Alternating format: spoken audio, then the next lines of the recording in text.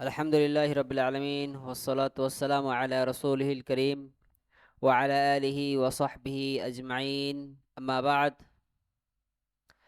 গত দার্সে আমরা মিরাসের আলোচনা করছিলাম। তো আজকে আমাদের মিরাসের অল্প কিছু অংশ বাকি আছে, সেটা থেকে আমরা আলোচনা শুরু করব। শাইখ আব্দুর রহমান আস-সাদি রাহিমাহুল্লাহ বলেন, ওয়া ইযা মাতাল ইনসান তাআল্লাকা বিতারিকাতিহি আরবাআতু হুকুক মুরাত্তাবা আউয়ালুহা মুআনুত তাজহিজ ثم الديون الموثقة والمرسلة من رأس المال. ثم إذا كان له وصية تنفذ من ثلثه للأجنبي. ثم الباقي للورثة المذكورين. والله أعلم. কোনো ব্যক্তি মৃত্যুবরণ করলে তার রেখে যাওয়া সম্পত্তির সাথে ধারাবাহিকভাবে চারটি হক বা অধিকার সম্পৃক্ত হয়। প্রথমত দাফন কাফনের খরচ, দ্বিতীয়ত মূল সম্পদ থেকে বন্ধকি এবং সাধারণ ঋণ পরিশোধ করা, তৃতীয়ত যদি ব্যক্তির কোনো ওসিয়াত থাকে তবে তা উত্তরাধিকার নন এমন কোনো বহিরাগত ব্যক্তির জন্য অবশিষ্ট সম্পত্তির সর্বোচ্চ 1/3 থেকে তা কার্যকর করা, চতুর্থত এরপর যা অবশিষ্ট থাকবে তা নির্ধারিত উত্তরাধিকারীদের মধ্যে বন্টন করা। আর আল্লাহ তাআলাই সবচেয়ে ভালো জানেন। কওলুহু ইযা মাতাল ইনসান তাআল্লাকা বিতারিকাতিহি আরবাআতু হুকুক মুরাত্তাবা তুসাম্মা হাযিহিল উমুর আল আরবাআতু আল হুকুক আল মুতাআল্লাকাতু বিআইনিত তারিকা। কওলুহু أولها مؤن التجهيز، يعني تجهيز الميت من ثمن كفن ومؤنة تغسيله وأجرة حفر قبره ونحوها، فتقدم على باقي الحقوق. قوله ثم الديون الموثقة والمرسلة يقدم الدين على الوصية لحديث علي رضي الله عنه قال إنكم تقرؤون هذه الآية من بعد وصية يوصينا بها أو دين، وإن رسول الله صلى الله عليه وسلم قضى بالدين قبل الوصية. أخرجه الترمذي وابن ماجه وعلقه البخاري، وفي سنده الحارث الأعور وهو ضعيف. قال ابن حجر في التلخيص: والحارث وإن كان ضعيفا فإن الإجماع منعقد على وفق ما روى. وقوله ثم إذا كان له وصية تنفذ من ثلثه للأجنبي، فالوصية بعد الدين لقوله تعالى من بعد وصية يوصي بها أو دين، ولقوله صلى الله عليه وسلم في الوصية الثلث والثلث كثير. قوله ثم الباقي للورثة المذكورين، أي ما تبقى من التركة بعد مؤن التجهيز والدين والوصية يقسم بين الورثة حسب ما بينه الله تعالى. কোনো ব্যক্তি মৃত্যুবরণ করলে তার রেখে যাওয়া সম্পত্তির সাথে ধারাবাহিকভাবে চারটি হক সম্পৃক্ত হয়। এই চারটি বিষয়কে বলা হয় সম্পত্তির মূল বিষয়ের সাথে বা মূল সত্তার সাথে সম্পৃক্ত অধিকারসমূহ। হুকুক মুতাআল্লাকা বিআইনিত তারিকা। প্রথমত দাফন কাফনের খরচ। এর অর্থ হলো মৃত ব্যক্তিকে দাফনের জন্য প্রস্তুত করার খরচ, যেমন কাফনের কাপড় কেনার মূল্য, গোসল করানোর খরচ, কবর খোঁড়ার মজুরি এবং এ জাতীয় অন্যান্য প্রয়োজনীয় ব্যয়। এই খরচগুলো অন্য সব অধিকার বা হকের চেয়ে অগ্রাধিকার পাবে। দ্বিতীয়ত, বন্ধকি এবং সাধারণ ঋণ। ওসিয়াতের পূর্বে ঋণ ঋণ পরিশোধকে অগ্রাধিকার দেওয়া হবে। এর সপক্ষে আলী রাদিয়াল্লাহু আনহুর থেকে হাদিস বর্ণিত হয়েছে, তিনি বলেন, তোমরা তোমরা তো এই আয়াতটি পাঠ করে থাকো, এসব বন্টন হবে, আল্লাহ তাআলা বলেন, এসব বন্টন হবে তার করা ওসিয়াত কিংবা ঋণ পরিশোধের পর। সূরা নিসা 12 নম্বর আয়াত। রাসূল সাল্লাল্লাহু আলাইহি ওয়াসাল্লাম ওসিয়াত পূরণের আগেই ঋণ পরিশোধের ফয়সালা দিয়েছেন। হাদিসটি তিরমিজি ও ইবনে মাজাহ বর্ণনা করেছেন এবং ইমাম বুখারী এই হাদিসটিকে তালিকান বা সূত্রহীনভাবে তিনি উল্লেখ করেছেন বাবে। এর সনদে হারিস আল আওয়ার নামক একজন বর্ণনাকারী আছেন যিনি দুর্বল, তবে ইবনে হাজার আত-তালখিস গ্রন্থে বলেছেন হারিস দুর্বল হলেও তিনি যা বর্ণনা করেছেন তার উপর ওলামাদের ইজমা রয়েছে।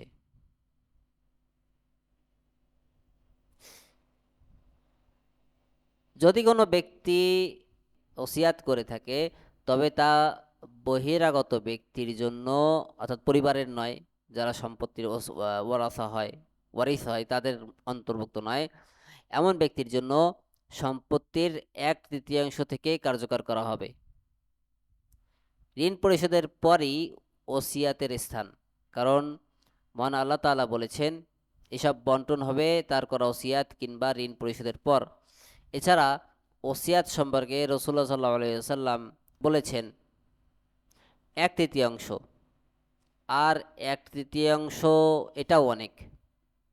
চতুর্থত, এরপর যা অবশিষ্ট থাকবে তা নির্ধারিত উত্তরাধিকারীদের মধ্যে বন্টন করা, অর্থাৎ দাফন কাফনের খরচ, ঋণ ও ওসিয়াত পূরণের পর সম্পত্তির যা কিছু অবশিষ্ট থাকবে তা আল্লাহ তাআলার নির্ধারিত বিধান অনুযায়ী উত্তরাধিকারীদের মধ্যে বন্টন করা হবে। ওয়া আসবাবুল ইরসি সালাসাতুন, আন-নাসাবু ওয়ান নিকাহু as-sahih ওয়াল ওয়ালাউ ওয়া মাওয়ানি'ুহু সালাসাতুন। আল কতলু, উত্তরাধিকার হওয়ার কারণ বা হওয়ার মাধ্যম তিনটি: বংশগত সম্পর্ক নাসাব, সঠিক বা বৈধ বিবাহ নিকাহ সহিহ, এবং দাসমুক্তির সম্পর্ক যাকে বলা হয় ওয়ালা। আর প্রতিবন্ধকও তিনটি। এর মধ্যে প্রথমে লেখক রহিমাহুল্লাহ উল্লেখ করেন যে তা হলো আল কতল, হত্যাকাণ্ড, হত্যা করা। কওলুহু আন-নাসাবু ওয়ান-নাসাবু হুয়া আল করাবাতু ওয়ায়ানকাসিমু ইলা সালাসাতি আকসাম, উসুলুন ওয়া ফুরুউন ওয়া হাওয়াশি।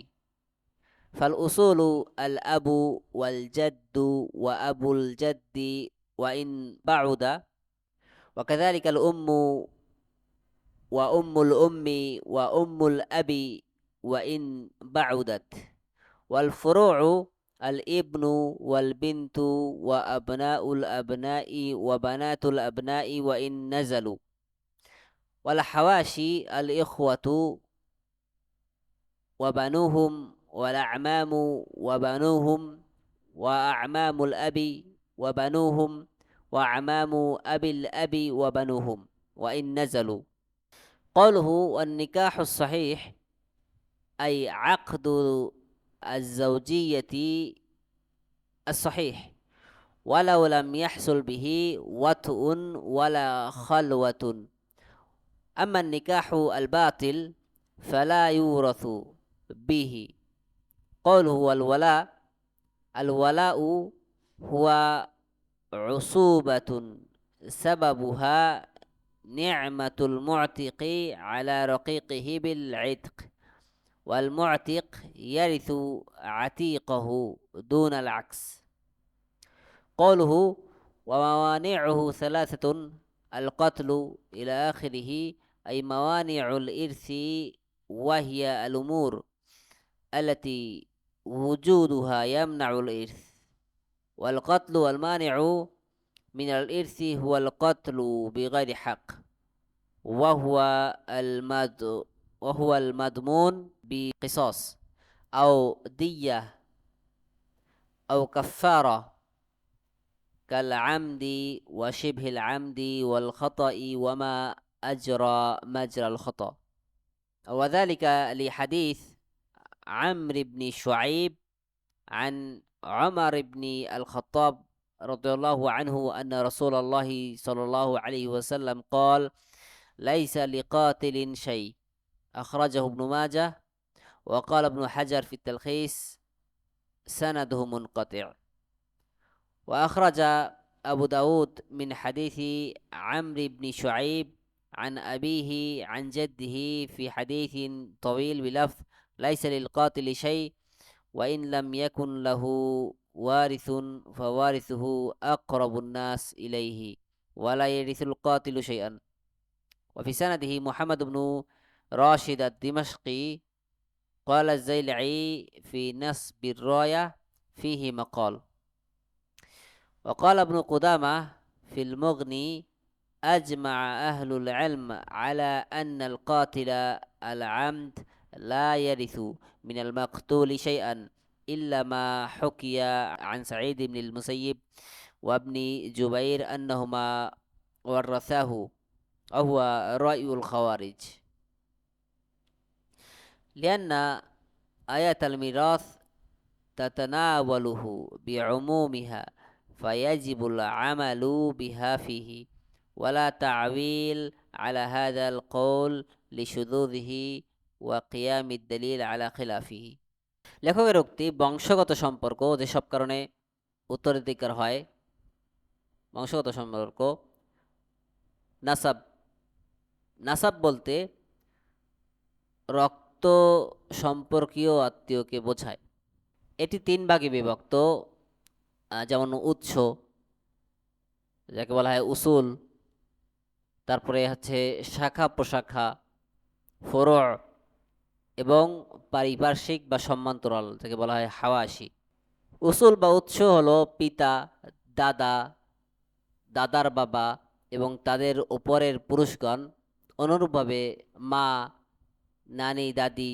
নানির মা বা দাদির মা ইত্যাদি এবং তাদের উপরের নারীগণ শাখা বা ফুরু হলো পুত্র কন্যা পুত্রের পুত্র পুত্রের কন্যা এবং তাদের নিচের স্তরের বংশধররা পারিপার্শ্বিক বা হাওয়াশি হলো ভাই ও তাদের পুত্রগণ চাচা ও তাদের সন্তানগণ পিতার চাচা ও তাদের সন্তানগণ এবং দাদার চাচা ও তাদের সন্তানগণ এদের নিচের দিকে যারা আসবে এবং এরপরে যারা আসবে লেখকের উক্তি বৈধ বিবাহ নিকাহ সহিহ অর্থাৎ এর মাধ্যমে উত্তরাধিকার হওয়া যায় অর্থাৎ স্বামী স্ত্রীর মধ্যকার বৈধ বিবাহ যদিও তাদের মধ্যে সহবাস বা নির্জনবাস সংগঠিত না হয়ে থাকে তবে বাতিল বা অবৈধ বিবাহের মাধ্যমে কেউ কারো উত্তরাধিকারী হতে পারে না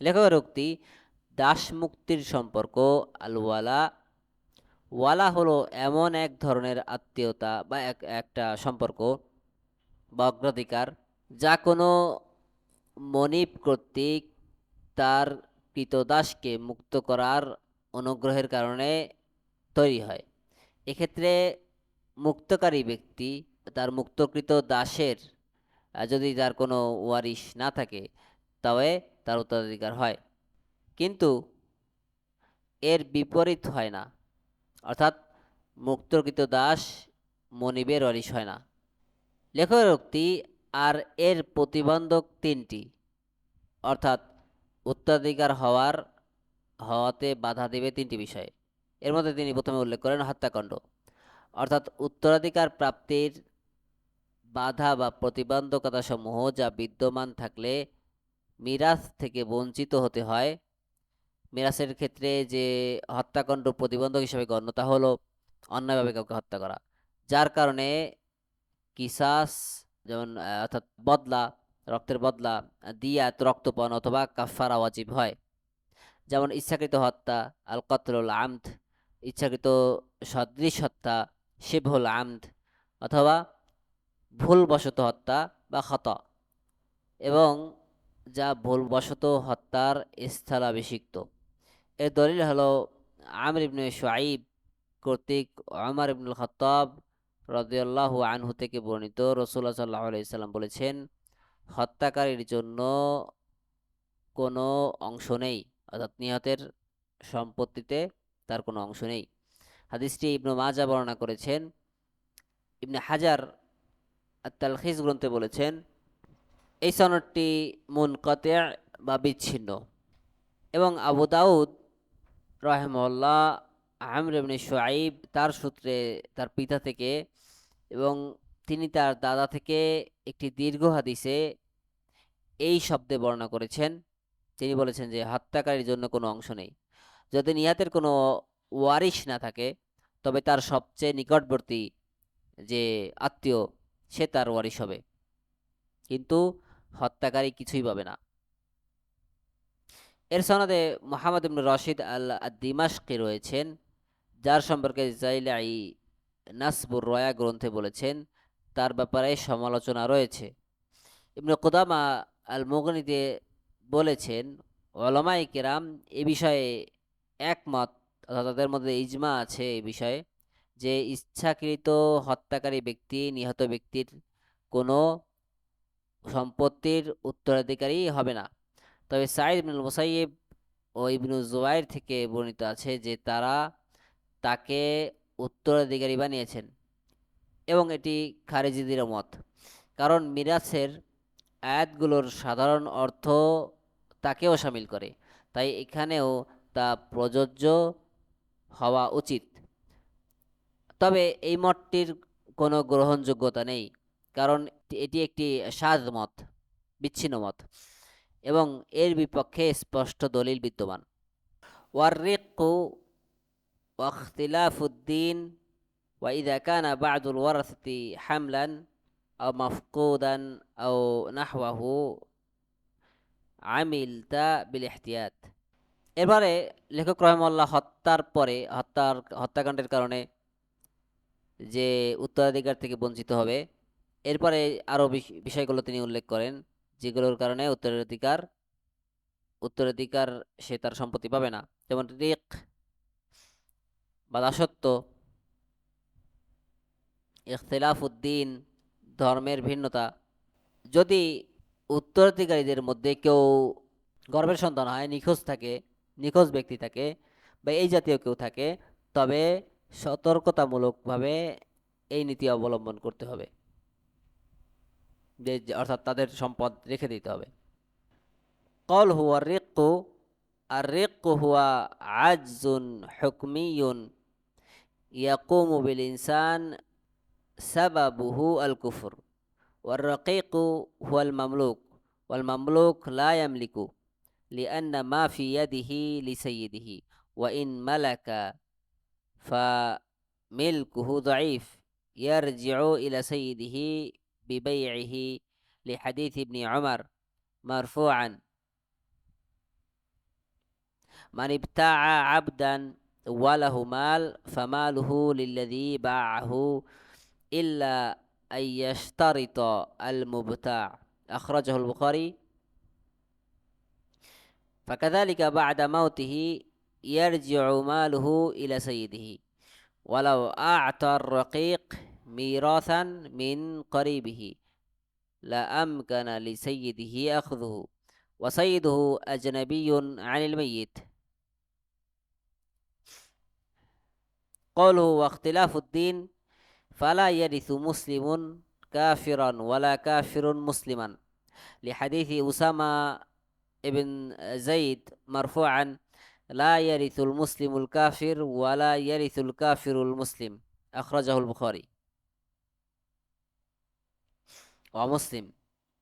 وقوله وإذا كان بعض الورثة حملا أو مفقودا إلى آخره: إذا كان في الورثة حمل فلا ندري هل هو ذكر أو أنثى أو ذكران أو أنثيان أو ذكر وأنثى فنحتاط ونوقف له الأكثر من نصيب ذكرين أو أنثيين وكذلك المفقود الذي انقطع خبره ولم يدرى هل هو حي أو ميت فإنه إذا طلب الورثة قسمة التركة تقسم ويحفظ له نصيبه حتى يحكم بموته।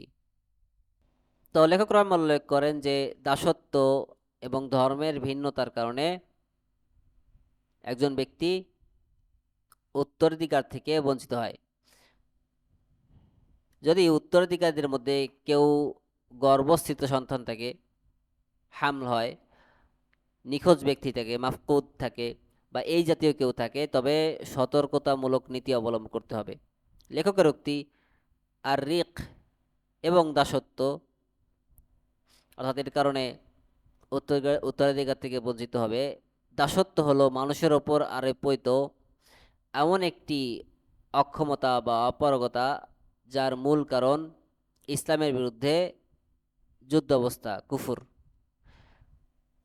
দাস বা রকিক হলো অন্যের মালিকানাধীন ব্যক্তি, আর মালিকানাধীন ব্যক্তি নিজে কোনো কিছুর মালিক হতে পারে না, কারণ তার হাতে যা কিছু আছে তা সবই তার মনিবের। যদি তাকে কোনো কিছুর মালিক বানানো হয় তবে তার সেই মালিকানা অত্যন্ত দুর্বল, যা বিক্রির মাধ্যমে পুনরায় মনিবের কাছেই ফিরে যাবে।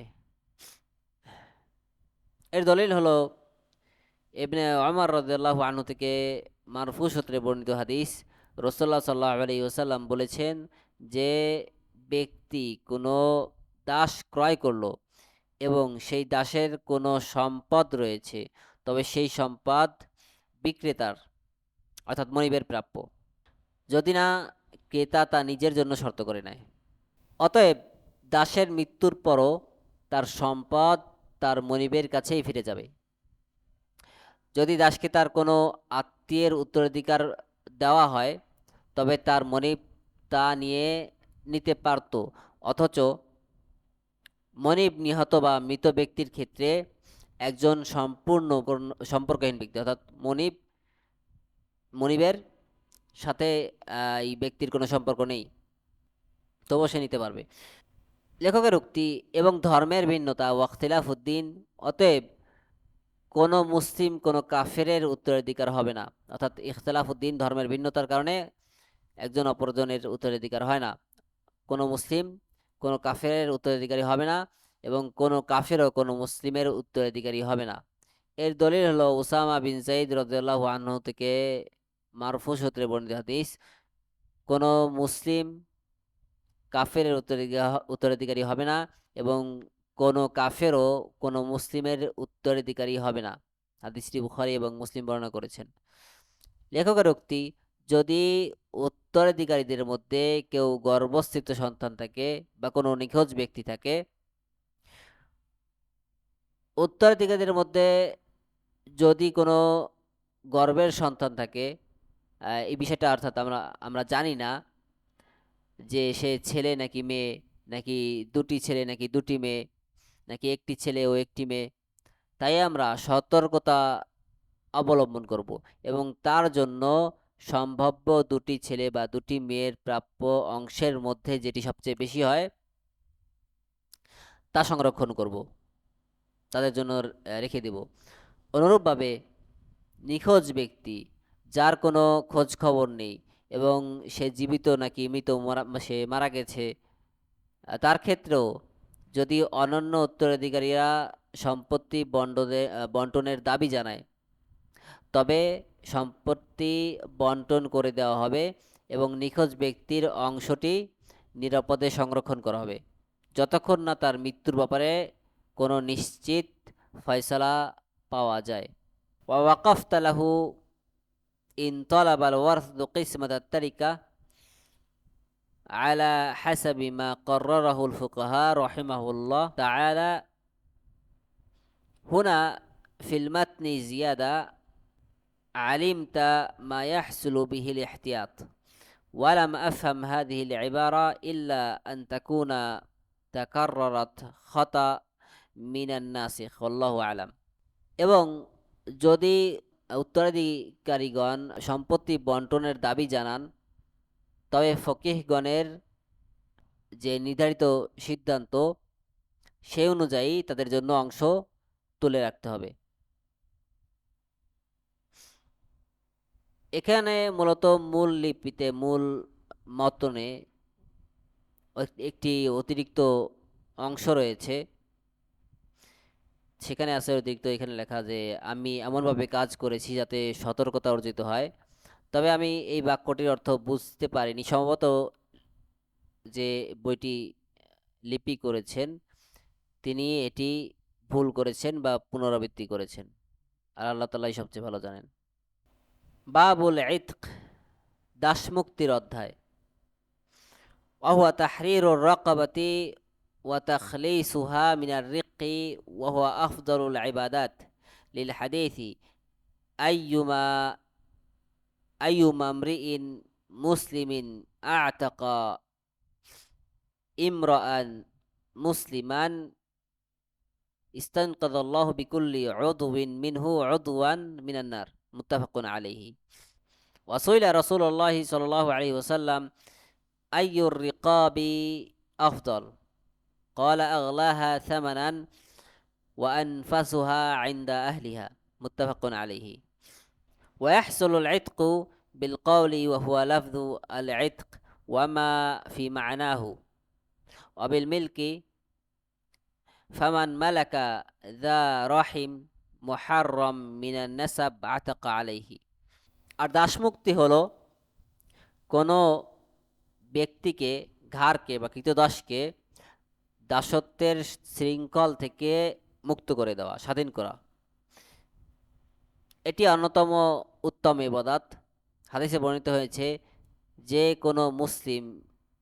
কোনো মুসলিম ব্যক্তি অপর কোনো মুসলিম দাসকে মুক্ত করবে, আল্লাহ তার প্রতিটি অঙ্গের বিনিময়ে এই মুক্তকারীর প্রতিটি অঙ্গকে জাহান্নামের আগুন থেকে রক্ষা করবেন। হাদিসটি বুখারী এবং মুসলিম বর্ণনা করেছেন। রাসূলুল্লাহ সাল্লাল্লাহু আলাইহি সাল্লামকে জিজ্ঞাসা করা হয়েছিল কোন ধরনের দাস মুক্ত করা সবচেয়ে উত্তম। তিনি বলেছেন, যার মূল্য সবচেয়ে বেশি এবং যা তার মালিকের নিকট সবচেয়ে পছন্দনীয় বা মূল্যবান। হাদিসটি বুখারী এবং মুসলিম বর্ণনা করেছেন। আর দাস মুক্তি অর্জিত হয়, কোনো ব্যক্তি দাস থেকে মুক্ত পায়, দাসত্ব থেকে মুক্ত পায় কথার মাধ্যমে, মনিবের। আর তা হলো দাসমুক্তকারীর স্পষ্ট শব্দ এবং এর সমর্থক শব্দ যদি সে ব্যবহার করে, দুই মালিকানার মাধ্যমে। সুতরাং কোনো ব্যক্তি যদি বংশগত সম্পর্কের দিক থেকে এমন কোনো আত্মীয়ের যাদের সাথে বিয়ে হারাম তাদের মালিক হয়, তবে সে স্বয়ংক্রিয়ভাবে মুক্ত হয়ে যাবে। কওলুহু ওয়া হুয়া লাফযু আল ইতক ওয়া মা ফি মা'নাহু লাফযুল ইতক মিসলু আনতা আতিক আতাকতুকা ওয়া মা ফি মা'নাহু নাহু আনতা হুররুন আও মুহাররার আও মা তাসাররাফা মিনহুমা فمتى أتى بشيء من هذه الألفاظ حصل العتق لأنها وردت في الكتاب والسنة والعرف ويحصل العتق بها وإن لم ينوي شيئا. قال أحمد رحمه الله في رجل لقي امرأة في الطريق فقال تنحي يا حرة، فإذا هي جاريته، قال قد أعتقت عليه. قوله وبالملك فمن ملك ذا رحم محرم من النسب عتق عليه.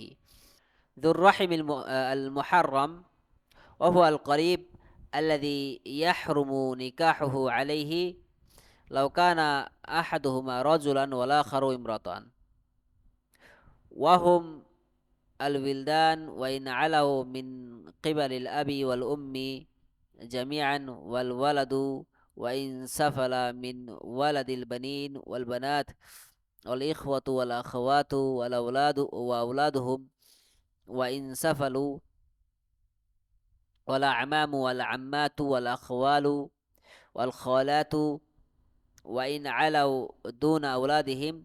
فمتى ملك أحدا منهم عتق عليه لحديث الحسن عن سمرة أن النبي صلى الله عليه وسلم قال من ملك ذا رحم محرم فهو حر. أخرجه أبو داود والترمذي وابن ماجه. وقال ابن حجر في التلخيص قال أبو داود والترمذي لم يربه إلا حماد بن سلمة عن قتادة عن الحسن أي عن سمرة. رواه شعبة عن قتادة عن الحسن مرسلا وشعبة أحفظ من حماد.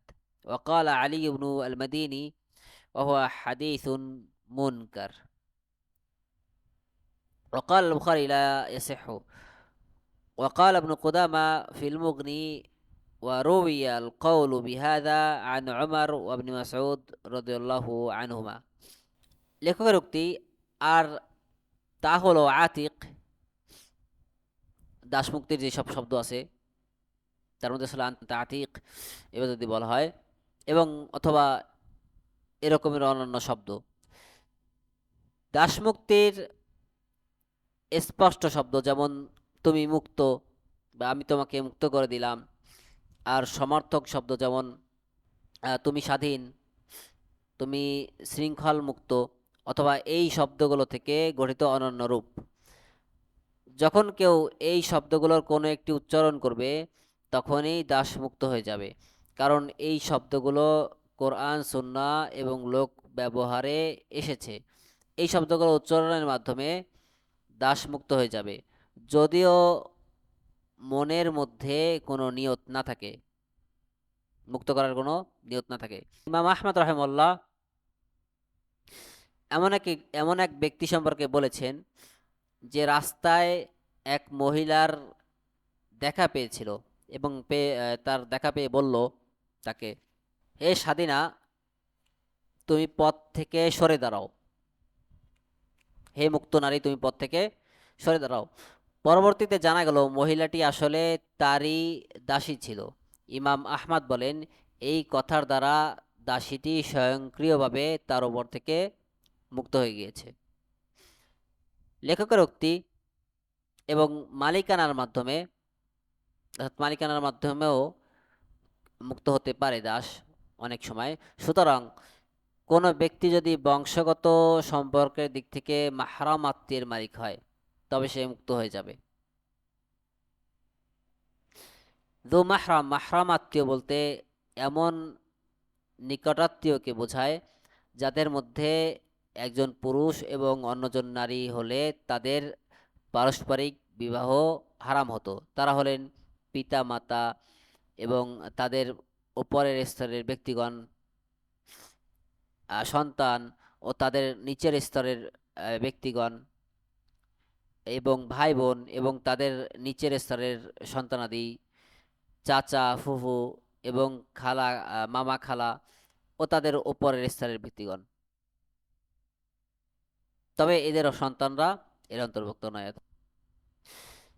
সুতরাং কোনো ব্যক্তি যখনই এদের মধ্যে থেকে কারো মালিক হবে তখনই সে স্বয়ংক্রিয়ভাবে মুক্ত হয়ে যাবে।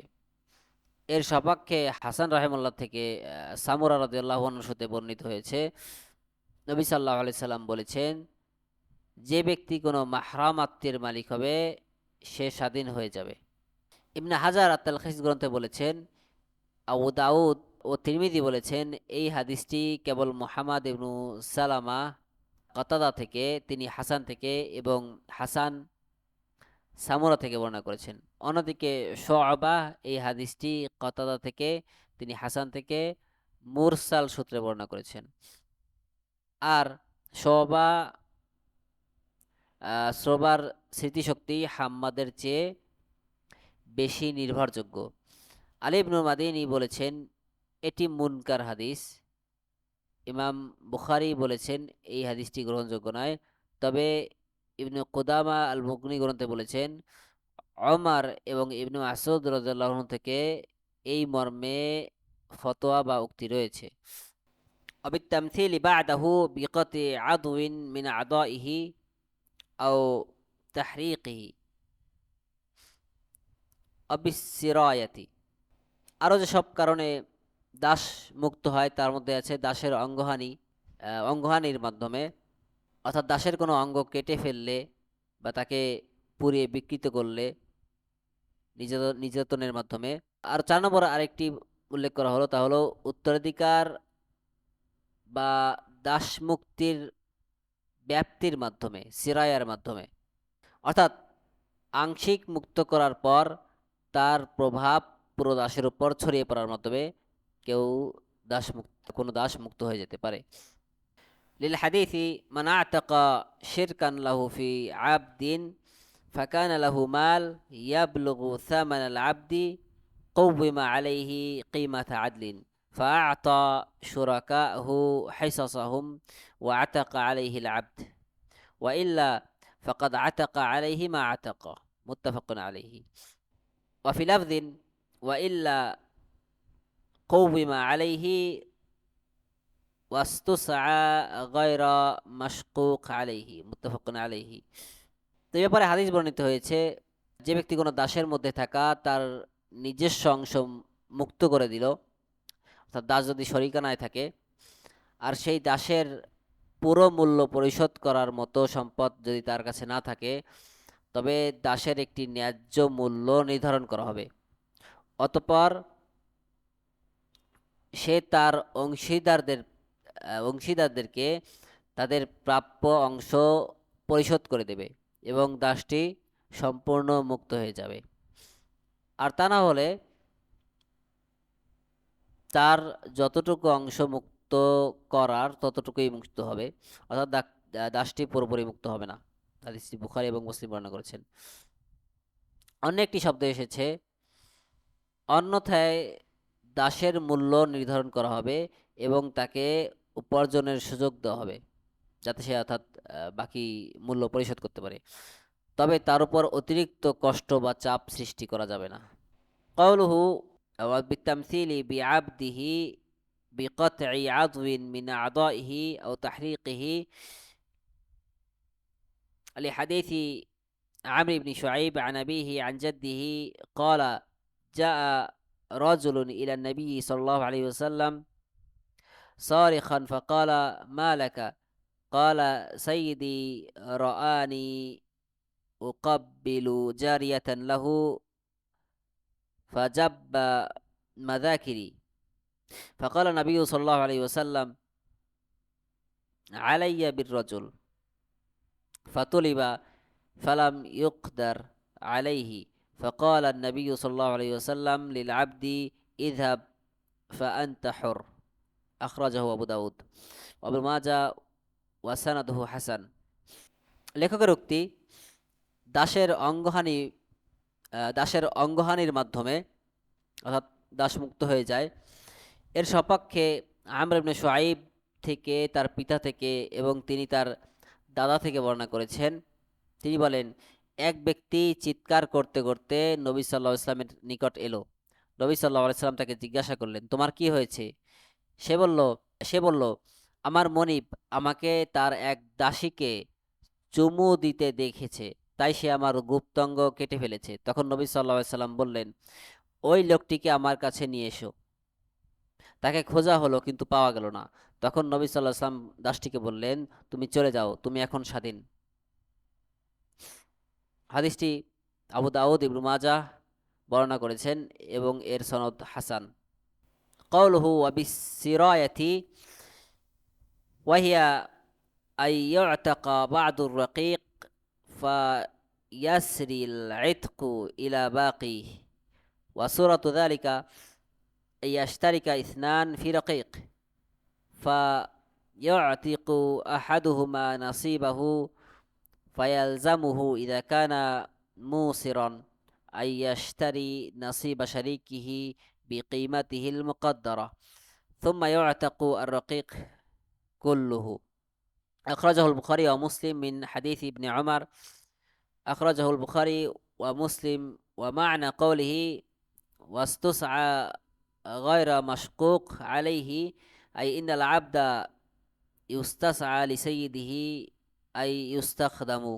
وقوله غير مشقوق عليه أي لا يكلف ما يشق عليه মিনাল খিদমাতি ইল্লা বিকদরি মা ফিহি মিনার রিক্কি ওয়ালা ইউতালাবু বিআকসার মিনহু। সিরায়া হলো দাসের একটি অংশ মুক্ত করার পর সেই মুক্তির প্রভাব বাকি অংশের উপরে ছড়িয়ে যাওয়া, অর্থাৎ পুরোপুরি দাসটি মুক্ত হয়ে যাওয়া। এর উদাহরণ হলো কোনো দাসের মালিকানায় যদি দুজন ব্যক্তি অংশীদার থাকেন এবং তাদের একজন তার নিজস্ব অংশটি মুক্ত করে দেয়, এমত অবস্থায় যে সে সম্পদশালী হয়, তবে তার জন্য অপর অংশীদারের অংশটি ন্যায্য মূল্যে কিনে নেওয়া বাধ্যতামূলক। অতঃপর দাসটিকে সে সম্পূর্ণভাবে মুক্ত করে দিবে। লেখকের উক্তি, তাকে উপার্জনের সুযোগ দেওয়া হবে, তবে তার উপর অতিরিক্ত চাপ বা কষ্ট দেওয়া যাবে না, চাপ সৃষ্টি করা যাবে না। অর্থাৎ দাসটি তার অবশিষ্ট মূল্যের জন্য তার মনিবের অধীনে কাজ বা শ্রমে অংশ দেবে, সময় দিবে, আর অতিরিক্ত কষ্ট দেওয়া যাবে না। এর অর্থ হলো তার উপর এমন কোনো কঠিন কাজ বা সেবায় তাকে দায়িত্ব চাপানো যাবে না যা তার জন্য অতিরিক্ত কষ্টকর হয়ে যায়, বরং তার মধ্যে যতটুকু দাসত্ব অবশিষ্ট থাকবে কেবল সেই পরিমাণ কাজেরই দাবি করা যাবে, তার বেশি নয়। সুবহানাকাল্লাহুম্মা বিহামদিকা আশহাদু আল্লা ইলাহা ইল্লা আনতা আস্তাগফিরুকা ওয়া আতুবু ইলাইকা।